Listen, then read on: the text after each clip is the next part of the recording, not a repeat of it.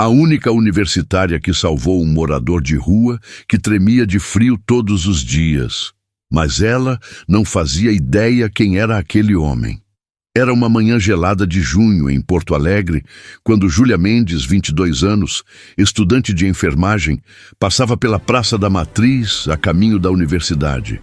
O vento sul cortava o rosto dos transeuntes e todos andavam apressados, encapotados, ignorando o mundo ao redor. Mas Júlia não conseguia ignorar.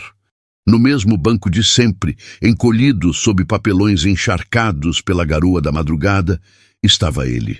Um homem de aproximadamente 60 anos, barba longa e grisalha, roupas rasgadas em camadas insuficientes, tremendo violentamente. Júlia o via ali todos os dias há 3 meses, mas naquela manhã algo era diferente. Seus lábios estavam roxos e ele mal conseguia manter os olhos abertos. "Com licença, o senhor está bem?" Júlia se aproximou, ajoelhando-se ao lado do banco. As pessoas passavam olhando com desprezo e desconfiança. O homem apenas tremeu mais forte, incapaz de responder. Júlia tirou seu próprio casaco, um presente de aniversário que havia ganhado da mãe, e cobriu o homem. "Espere aqui, vou buscar ajuda." Foi quando ouviu a primeira risada. Um grupo de seus colegas de faculdade passava pela praça. Ricardo, conhecido por ser filho de empresários ricos, apontou e gargalhou alto. "Olha só, a Santa Júlia salvando os coitadinhos de novo. Vai acabar virando mendiga também, de tanto se misturar com essa gente." Os outros riram. Amanda, sua colega de turma, balançou a cabeça. "Júlia, você é muito ingênua. Esse povo é tudo vagabundo. Não quer trabalhar. Você está perdendo seu tempo e seu casaco." Júlia sentiu as bochechas queimarem, não de vergonha, mas de indignação. Ele precisa de ajuda. É um ser humano. "É um ninguém", Ricardo rebateu, "e você vai se atrasar para a prova de anatomia por causa dele. Mas tudo bem. Quando você reprovar, não venha chorar." Eles seguiram, deixando Júlia sozinha com o homem tremendo. Ela olhou para seu relógio. A prova começaria em 40 minutos. Era 30% da nota final. Mas ao olhar novamente para aquele rosto sofrido, tomou uma decisão. "Senhor, vou chamar uma ambulância. Vou ficar aqui até chegarem." Júlia perdeu a prova naquele dia. E nos corredores da universidade tornou-se motivo de piada. A CDF que reprovou por causa de um mendigo, sussurravam. Mas ela não se arrependeu nem por um segundo. Depois daquele dia, Júlia não conseguia mais simplesmente passar pelo homem. Descobriu que seu nome era José. Pelo menos era o que ele murmurava nos raros momentos de lucidez. Todos os dias antes das aulas, ela parava na praça. Levava café quente, pão com manteiga, às vezes uma sopa feita por ela mesma na noite anterior. Mas não era fácil. Júlia vinha de família humilde. Seu pai era porteiro, sua mãe diarista. Ela estudava de dia e trabalhava à noite como atendente em uma farmácia para pagar o aluguel de um quarto minúsculo que dividia com outras 2 estudantes. Cada real contava, mas ainda assim ela separava um pouco para José. "Por que você faz isso?" perguntou Marina, uma de suas colegas de quarto, ao vê-la preparando mais uma marmita. "Você mal tem dinheiro para você mesma, porque é o que Jesus faria", Júlia respondeu simplesmente, continuando a embalar o alimento com cuidado. "Eu fui criada aprendendo que servir ao menor dos irmãos é servir a ele. Não posso simplesmente ignorar." As semanas passaram e José começou a melhorar. Ainda vivia nas ruas, mas não tremia tanto. Começou a falar um pouco mais. Júlia descobriu fragmentos de sua história. Ele mencionava uma traição, uma empresa, família que virou as costas. Mas sempre em frases desconexas, como se sua mente estivesse quebrada. Na universidade, a situação de Júlia piorava. Após reprovar naquela prova importante, suas notas caíram. Trabalhar à noite, acordar cedo para ajudar José e ainda assistir aulas estava cobrando seu preço. Seus professores a chamavam de irresponsável. Seus colegas a evitavam, exceto para fazer comentários cruéis. Ouvi dizer que você está alimentando aquele morador de rua todo dia, disse a coordenadora do curso em uma reunião.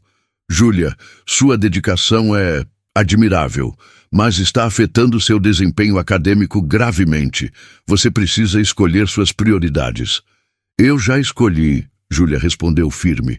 Minha fé me ensina que cuidar dos outros não é opcional, é essencial. A coordenadora suspirou.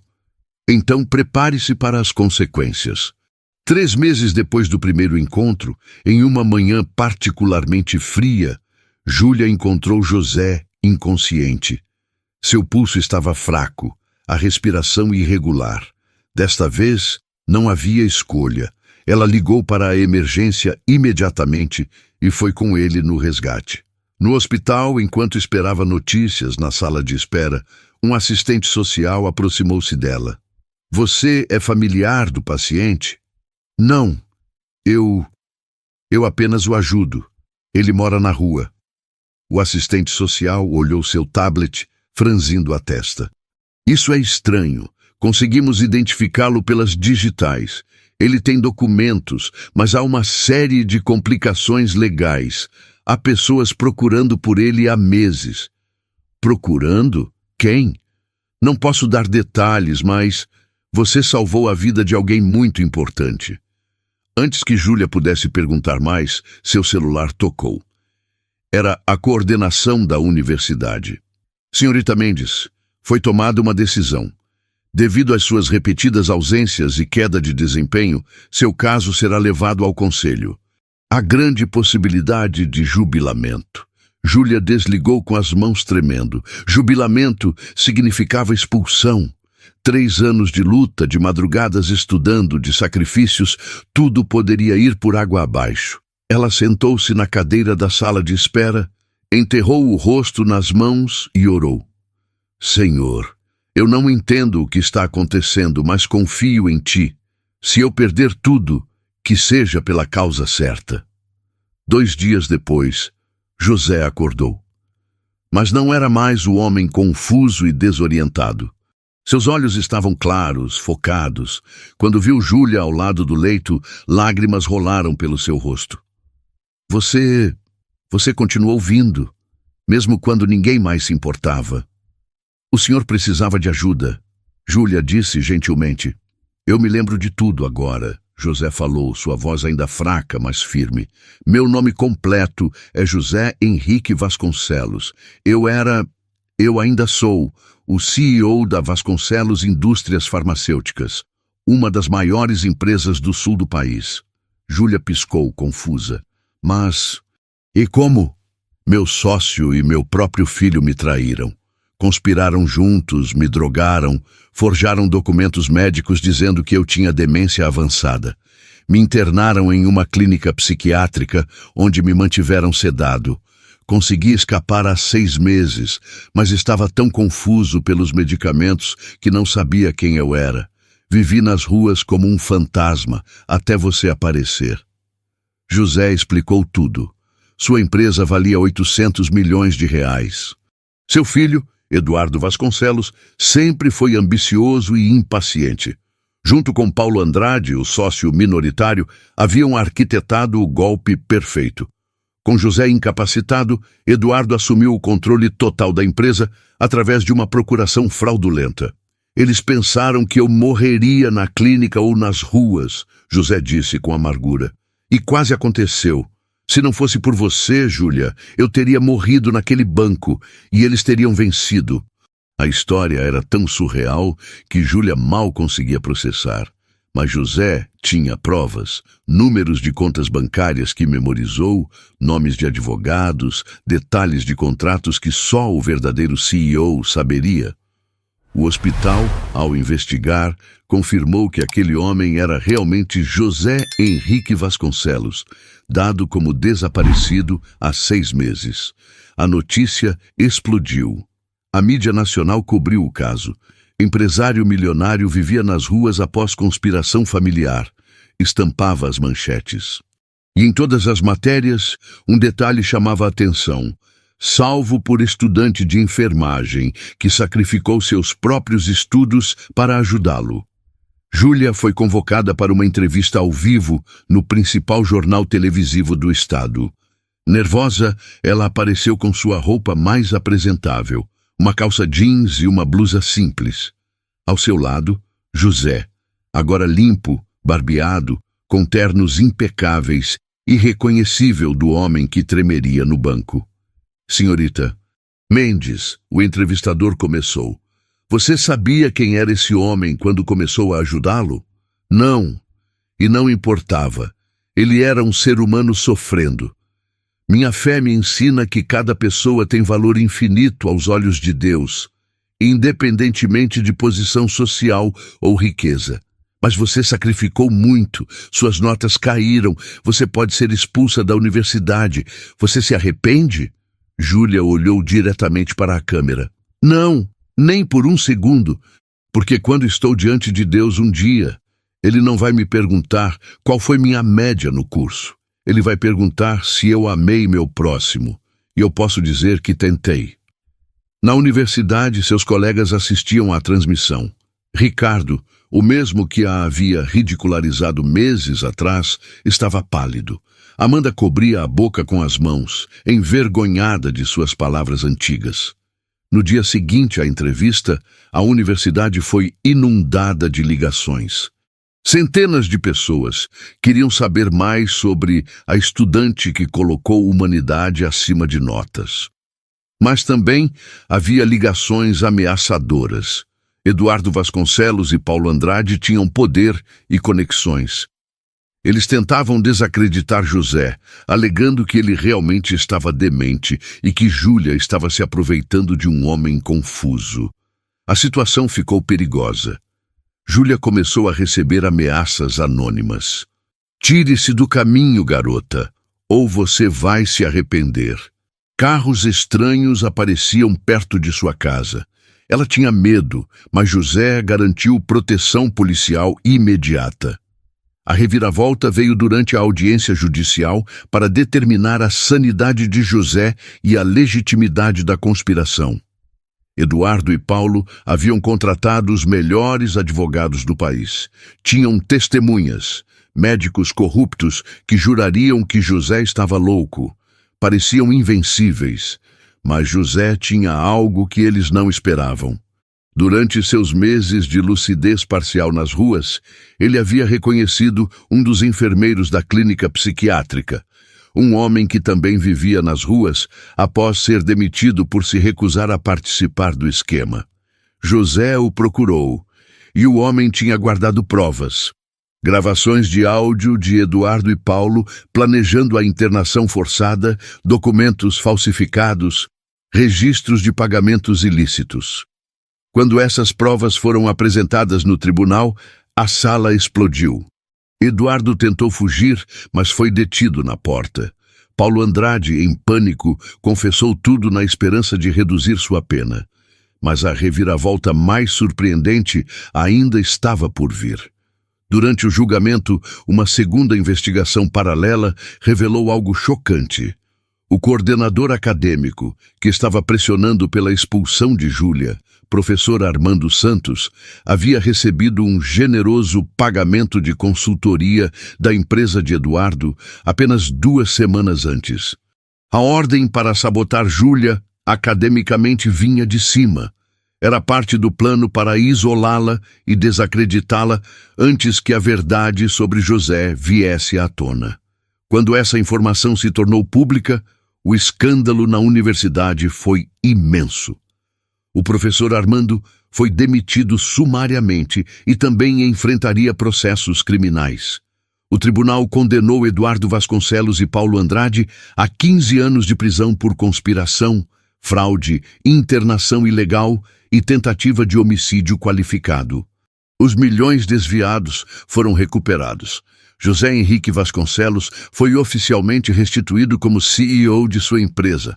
Mas para José, o dinheiro e o poder não eram mais o que importava.